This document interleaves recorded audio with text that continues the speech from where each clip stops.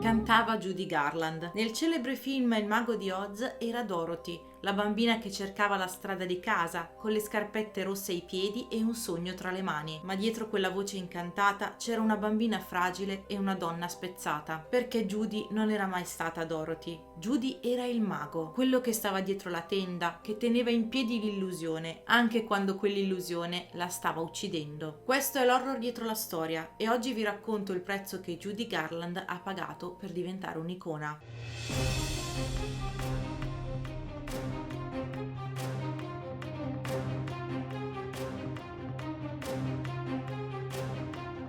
Il suo vero nome era Frances Ethel Gumm. Nacque nel 1922 a Grand Rapids, in Minnesota. Il talento ce l'aveva nel sangue. Il padre, Frank Gumm, e la madre, Ethel Marion Milne, erano entrambi attori. A soli 2 anni e mezzo, Judy era già sul palco. A 5 faceva tournée con le sorelle. Erano le Gumm Sisters. Giravano i teatri di provincia portando in scena numeri musicali per il pubblico americano degli anni 20 e 30. Ma non ci volle molto a capire che solo una delle 3 risplendeva davvero, la più piccola. Frances aveva una voce fuori scala, un carisma naturale, una presenza che inchiodava lo spettatore e il pubblico se ne innamorò. A 7 anni Frances era già una piccola macchina da spettacolo. Non una bambina, un investimento. Ma il vero colpo di scena arrivò a Chicago nel 1934. Durante una delle tante esibizioni, un talent scout della Metro-Goldwyn-Mayer la notò e ne rimase folgorato. Parlò con la madre, concluse un accordo e poco dopo la bambina prodigio aveva un nuovo nome, Judy Garland. Era il 1935, Judy aveva 13 anni. In quel momento tutto sembrava cominciare. In realtà era già troppo tardi, perché se il palcoscenico l'avrebbe consumata negli anni a venire, era stata la madre a darle la prima spinta verso il burrone. Sua madre, Ethel Gumm, era tutto tranne che materna. In famiglia la chiamavano la mamma del terrore. Era lei a decidere tutto, quando mangiare, mai troppo, quando dormire e quando sorridere, ossia sempre. Ma la cosa più spaventosa è che fu lei a iniziare il ciclo. Judy doveva essere sempre attiva e reattiva quando era il momento di salire sul palco e dormire a comando nei rari momenti liberi per ottimizzare il recupero. Così Ethel somministrava a sua figlia di 10 anni barbiturici per farla addormentare in fretta dopo gli spettacoli, anche se era pieno giorno o se Judy era ancora elettrica per l'adrenalina del palco. E quando si svegliava, o anche prima di andare in scena, le dava stimolanti per farla sembrare fresca, reattiva, perfetta. Una routine giorno dopo giorno che Judy si sarebbe trascinata per tutta la vita. Judy stessa raccontò che fin da piccola non capiva mai quando era il momento di dormire o svegliarsi, perché tutto era regolato dalle pillole, non dal corpo. Mia madre era la vera strega cattiva dell'Ovest, affermava l'attrice. Vivendo un'infanzia in cui l'amore era condizionato, il riposo era un premio, Judy aveva capito presto una cosa: non importava se stavi male, importava se funzionavi. E lei funzionava a comando. Per la MGM era perfetta da rifinire, perfetta da smontare e ricostruire, a immagine e somiglianza del prodotto che volevano vendere. I dirigenti della MGM la osservarono, la giudicarono e la smontarono. Il viso era troppo rotondo, il naso troppo largo, il busto troppo sviluppato, la sua statura di circa 1,51 m e il suo aspetto da ragazza della porta accanto non corrispondevano agli standard di glamour richiesti alle attrici principali dell'epoca, e quindi la trasformarono. Le imposero di perdere peso con una dieta ferrea a base di brodo, insalata, caffè nero e sigarette. Tante sigarette per sopprimere l'appetito insieme alle pillole. Per la maggior parte della sua adolescenza e della sua vita adulta aveva assunto benzedrina o era in dieta o entrambe. Scrisse il terzo marito della Garland, Sid Luft, nelle sue memorie Judy and I, My Life with Judy Garland. Ma per la MGM non era mai abbastanza magra. Il peso era un'ossessione. Judy venne sottoposta a controlli costanti giorno per giorno. Lo studio teneva un registro dettagliato del suo peso e delle sue misure. In fondo per Hollywood una giovane donna valeva solamente finché rimaneva magra, impeccabile, vendibile. Louis Mayer, il capo dello studio, la chiamava in modo sprezzante la maialina paffuta con le treccine. A differenza di tante altre attrici, Judy non poteva nascondere nulla, perché cantava, ballava, saltava in scena con addosso costumi attillati che non perdonavano niente. E con la sua statura, appena di 1,51 m, anche quando era sottopeso, sullo schermo sembrava piena, quasi sproporzionata. Ma il punto era un altro. La MGM non voleva solamente una ragazza magra, ma voleva una ragazza che sembrasse ancora una bambina. Judy stava crescendo, il suo corpo si stava sviluppando, il volto si stava affinando, ma per lo studio era troppo presto. La volevano ferma, incastonata nel personaggio eterno della ragazzina acqua e sapone,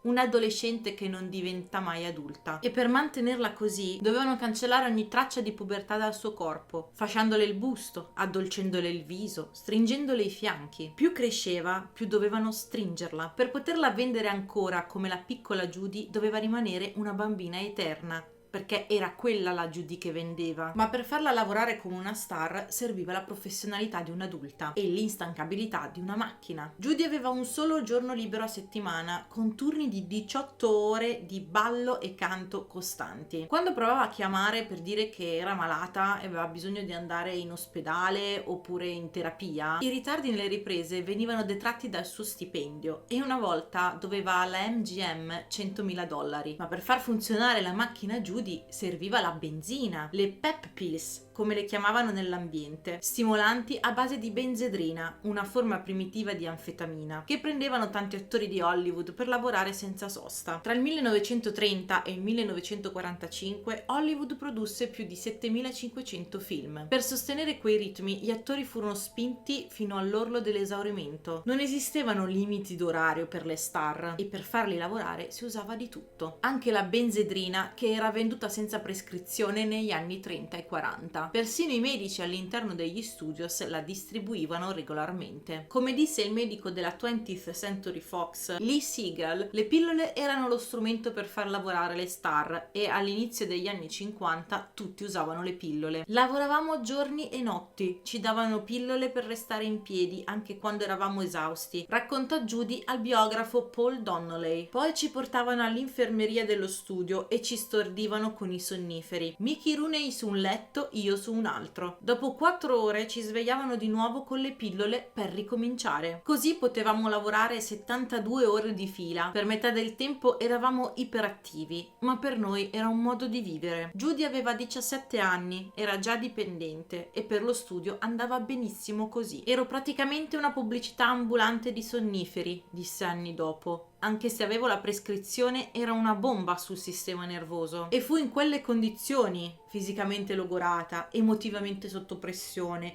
chimicamente alterata, che nel 1939 la MGM le affidò il ruolo più iconico della sua carriera, Dorothy Gale nel film Il Mago di Oz. Una fiaba per il pubblico, ma per Judy un incubo a colori. Mentre cantava Somewhere Over the Rainbow, lo studio la stava già schiacciando. Aveva 16 anni e per la MGM doveva sembrare ancora più piccola. Le misero un corsetto strettissimo per appiattirle il petto. Le infilavano dischetti di gomma nel naso ogni giorno per farlo apparire più sottile. Le applicarono protesi dentali per modificare la forma del sorriso. Ore e ore al trucco per renderla più simmetrica, più innocente, più perfetta. Sul set ogni dettaglio era controllato, ogni emozione era programmata. Durante una scena Judy, esausta, scoppiò a ridere. Il regista, Victor Fleming, le mollò uno schiaffo per farla smettere, per rimetterla in riga. E il resto della troupe applaudì, perché il tempo era denaro e una risata fuori copione costava troppo. Come se non bastasse, Judy era circondata da adulti inquietanti. Anni dopo raccontò che alcuni degli attori che interpretavano in Munchkin la toccavano, facevano battute sporche e cercavano di molestarla. Secondo il suo ex marito Sid Luft, questi attori, molti dei quali avevano più di 40 anni, si approfittavano della loro statura per mettere le mani sotto la sua gonna, ritenendo di poterlo fare impunemente proprio perché erano piccoli di statura. In un'intervista del 1967 con Jack Parr, la Garland descrisse questi attori come piccoli ubriachi che venivano raccolti dopo essersi ubriacati ogni notte. Molti storici minimizzarono, lo studio ovviamente fece finta di niente, ma Judy disse chiaramente che il set del Mago di Oz non era un posto sicuro. Judy disse: "Ho vissuto quell'esperienza come un sogno ad occhi aperti, ma anche come un incubo da cui non riuscivo a svegliarmi. Dopo il Mago di Oz, Judy diventa una star mondiale. Tutti vogliono vedere il suo viso, tutti vogliono sentire la sua voce. Dopo Over the Rainbow fu un successo dietro l'altro. Nel 1944, con Meet Me in St. Louis, cantò The Trolley Song e Have Yourself a Merry Little Christmas, due classici immortali. Ma dietro quella voce c'era una ragazza che stava crollando. La MGM gestiva minuziosamente la sua alimentazione, il suo aspetto, la sua vita personale. Le imponevano rigide diete, critiche sul fisico, correzioni continue al look. Ogni cambiamento doveva essere approvato e ogni deviazione corretta. C'era una lotta costante tra me e la MGM. Se mangiare o meno, quanto mangiare, cosa mangiare, disse Judy. Quando aumentava di peso, anche solo di poco, veniva rimproverata, pesata, ridimensionata. E quando dimagriva troppo, la accusavano di sembrare malata. Qualsiasi cosa facesse non andava mai bene. E alla fine Judy cominciò a crollare. Saltava le riprese, aveva sbalzi d'umore, crisi d'ansia e il fisico non reggeva più. La MGM la sospese, poi la reintegrò, poi la sospese di nuovo. Infine nel 1950 rescisse il contratto. Aveva 28 anni e il pubblico che l'aveva vista crescere iniziava a dimenticarla. Hollywood fu la prima a girarsi dall'altra parte. Judy era fragile, rimase sola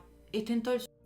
Ingerì una dose massiccia di barbiturici in quello stesso anno. Un gesto disperato, conseguenza di anni di pressione, dolore e annientamento personale, ma sopravvisse e fu da lì, dal fondo, che ricominciò a salire. Per il mondo dello spettacolo Judy era finita, bruciata, scartata, un'altra stella spenta in fretta. Ma Judy si riaccese sul palco. Fu il marito di allora, Sidney Luft, a crederci, un ex pugile diventato produttore. Lui vide in Judy qualcosa che Hollywood aveva dimenticato, una potenza viva, reale, e pensò: basta set, basta studio, ma diamo a Judy il palcoscenico, il pubblico vero, lasciamo la sua voce libera. La riportò così a cantare dal vivo, prima concerti più piccoli, poi teatri, poi il tutto esaurito. E lì, senza luci artificiali, senza filtri, Judy riconquistò il suo posto. Il momento più alto fu il 23 aprile 1961 al Carnegie Hall di New York. Un concerto epico, acclamato da pubblico e critica come il più grande spettacolo dal vivo della storia del pop. Judy era magnetica, vestita di nero, capelli raccolti, voce che sfondava il buio,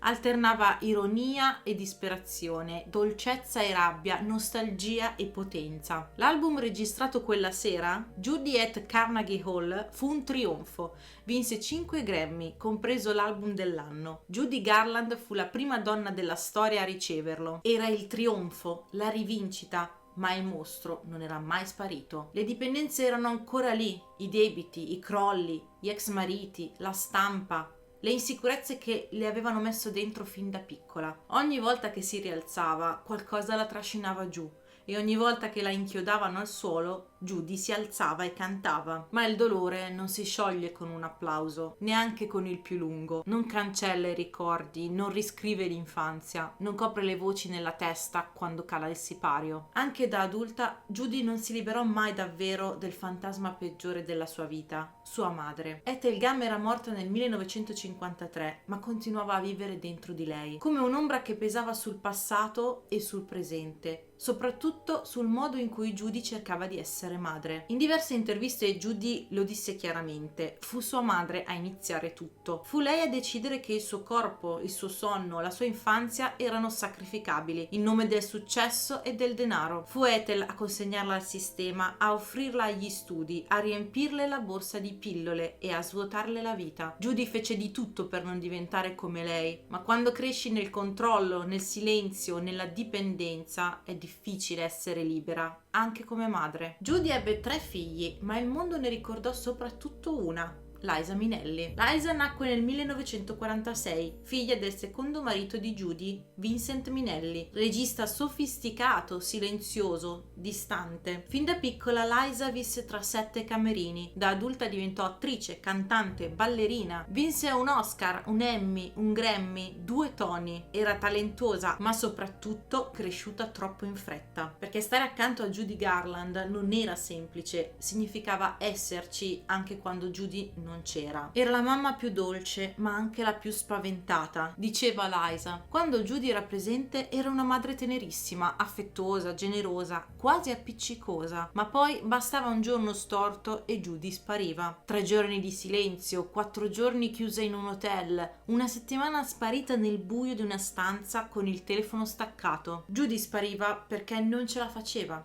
Arrivava l'ansia, la vergogna, il senso di fallimento, perché dopo una sbornia o l'ennesimo abuso di farmaci aveva bisogno di nascondersi. Non lo faceva per ferire, ma perché non sapeva come affrontare il dolore. Quando il dolore diventava troppo, Judy si spegneva, si ritraeva, era il suo modo per sopravvivere. Lei non scappava dalla figlia Liza, ma scappava da se stessa. E così Liza imparò a riconoscere i segnali, a leggere il tono della voce, a capire quando era il momento di parlare e quando quello di aspettare. Imparò a prendersi cura della madre, a essere quella stabile, quella adulta. I ruoli si invertirono e diventò madre di sua madre. Ma quella che da fuori poteva sembrare una dinamica tenera, commovente, quasi un legame speciale, dal punto di vista psicologico era un peso enorme. Per un bambino non c'è nulla di naturale nel dover proteggere il proprio genitore. Si cresce con la paura di sbagliare qualcosa, con il terrore di essere la causa del dolore dell'altro, con la convinzione che l'amore vada guadagnato o tenuto in equilibrio. Judy aveva giurato di non diventare mai come sua madre Ethel,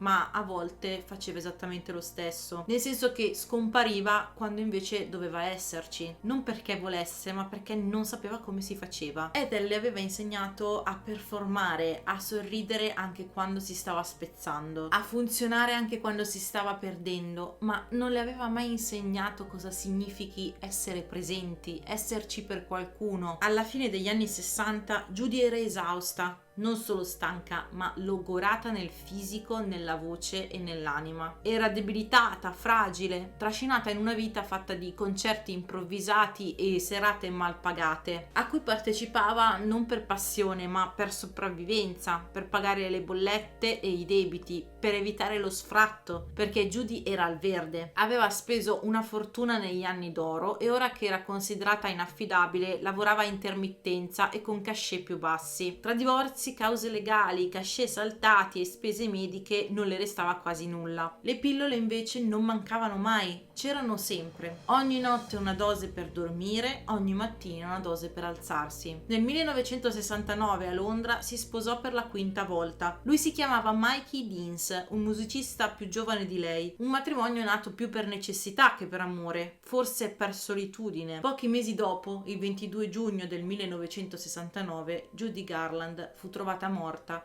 nel bagno della casa che condivideva con Deans, nel quartiere di Chelsea. La causa fu overdose accidentale di barbiturici. Aveva 47 anni. Non fu un suicidio dichiarato, ma neanche un semplice incidente. Il suo corpo era esausto, malnutrito e stremato, logorato da anni di stress, farmaci, aspettative e sforzi per rimanere in piedi. La figlia Lorna Luft disse: Judy non è morta per overdose, Judy è morta per Hollywood. Con lei si spense anche quella voce che per decenni aveva fatto sognare intere generazioni, quella voce che per anni aveva cantato che da qualche parte oltre l'arcobaleno ci fosse un posto per lei, un posto sicuro, ma quel posto non lo trovò mai. Judy Garland è diventata un'icona, un simbolo, un'immagine incorniciata nella cultura americana, ma dietro quell'immagine c'era una donna a pezzi, dietro c'era un sistema che l'ha controllata da quando aveva 2 anni, una madre che ha anteposto la sua ambizione alla maternità, uno studio che ha trasformato una bambina in un prodotto da spremere e un pubblico che l'ha amata finché era quella bambina dolce e sorridente, ma che quando ha provato a crescere l'ha dimenticata. Judy Garland non è stata un'eccezione, ma una vittima perfetta di una macchina che trasforma i bambini in fenomeni e poi li butta quando diventano umani, proprio come Shirley Temple, solo che Shirley in qualche modo è riuscita a fuggire, invece Judy è rimasta lì, a cantare, a recitare, a resistere fino a bruciarsi, e quando non c'era più niente da vendere la lasciarono indietro, perché Hollywood sa creare le stelle ma è bravissima anche a spegnerle. Dietro le luci dei riflettori spesso c'è un'ombra che nessuno vuole vedere. Questo era l'horror dietro la storia di Judy Garland.